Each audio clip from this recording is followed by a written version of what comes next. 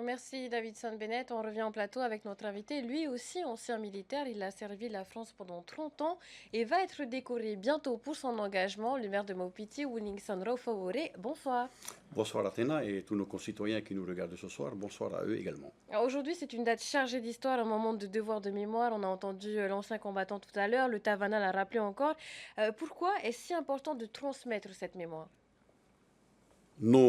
Nos anciens combattants de la Deuxième Guerre mondiale, on peut les qualifier de super-héros. Ce sont effectivement des héros.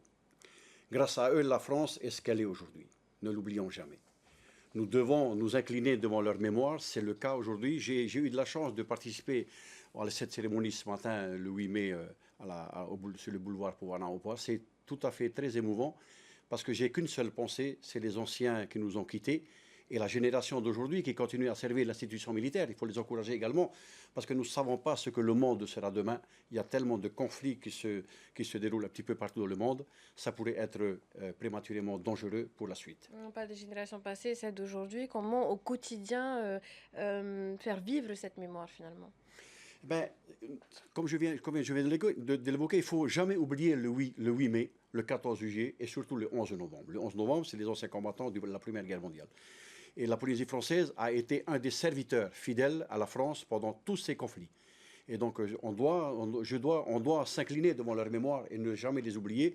Je pense que l'État entend bien ce message-là. Je pense que l'État est derrière nous à chaque fois qu'on célèbre tous ces événements. La Polynésie française qui reste un fidèle partenaire aujourd'hui. On profite de votre Exactement. présence pour évoquer aussi l'actualité de votre île. Maupiti a encore été temporairement privé de vol en raison des récentes intempéries.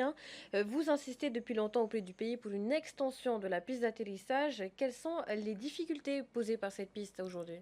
Nous venons encore une fois de subir 10 jours d'affilée de mauvais temps dernièrement. Pendant 10 jours, il n'y a pas eu beaucoup d'atterrissage ni de décollage d'avions sur Maupiti. C'est un problème récurrent. J'en ai fait appel à l'ancien gouvernement et je fais encore appel à ce gouvernement-là. Ce que je suis satisfait ce soir, c'est que le ministre lui-même, le ministre des Grands Travaux, sur votre plateau lundi dernier, a bien affirmé qu'il y avait une ligne budgétaire qui a été votée dans le collectif budgétaire pour faire des études supplémentaires pour l'extension de notre piste d'aéroport.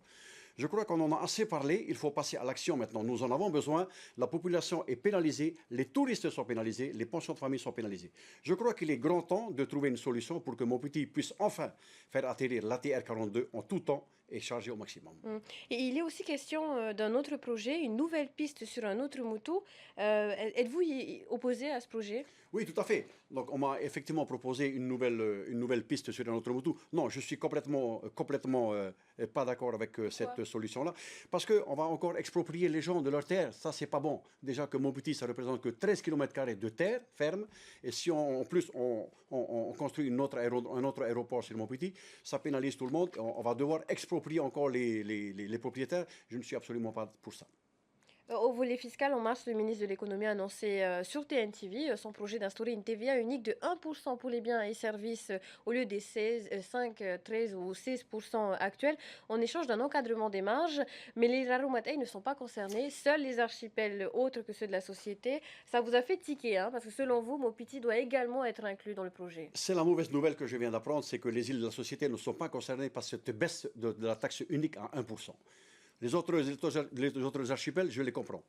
Mais ce que j'ai pu comprendre, ce que j'ai pu entendre de la part du ministre des Finances, c'est que plus de 1000 milliards de chiffres d'affaires se passent sur Tahiti, 80 milliards aux îles sous le vent et 18 milliards dans les autres archipels.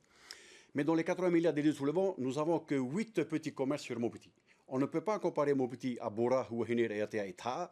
Eux, ce sont des grands commerces. Ce n'est pas la même population, ce n'est pas, le même nombre de population, ce n'est pas la même clientèle. Et il faut savoir une chose, c'est que nous n'avons qu'un seul bateau par mois qui nous ravitaille les 8 petits commerces de Maupiti. Donc il faudrait que le gouvernement, surtout le ministre des Finances, par l'intermédiaire de la Commission des Finances, puisse réfléchir à nouveau de manière à ce que Maupiti soit une île à part par rapport aux îles sous le vent. Il faudrait aligner Maupiti aussi à 1%. Je pense que c'est plus judiciable. Voilà, le message est passé. Tavana, avant de terminer cette interview, on est à moins d'un an des municipales. Est-ce que vous serez candidat à votre propre succession en 2026? Je suis très amoureux de mon île et de ma population. Il reste beaucoup à faire et je peux vous assurer que ce soir, sur votre plateau, que oui, je serai candidat aux prochaines élections municipales. Nous sommes en plein dedans, nous finalisons notre liste. Je pense que une troisième mandature, c'est plus judicieux. Oui. Vous allez être le candidat du Tapurahui Ratira? Il ne faudrait pas que les partis politiques se mêlent des affaires communales. Il faut laisser les communes gérer leur propre liste. Et donc, j'ai demandé effectivement à ce qu'ils ne s'occupent pas des communales. Laissez-nous faire et on verra après. Mais vous confirmez que vous avez bien rejoint les rangs du Tapura Il y a Huiratira? eu des discussions, il y a eu des discussions très franches avec le Tapura Huiratira. Nous n'avons pas encore finalisé cela. Je pense que ça va venir dans les jours à venir. Oui, je vous confirme l'information que des pourparlers ont eu lieu et dans de bonnes conditions. Maru Tavana d'avoir accepté notre invitation ce soir.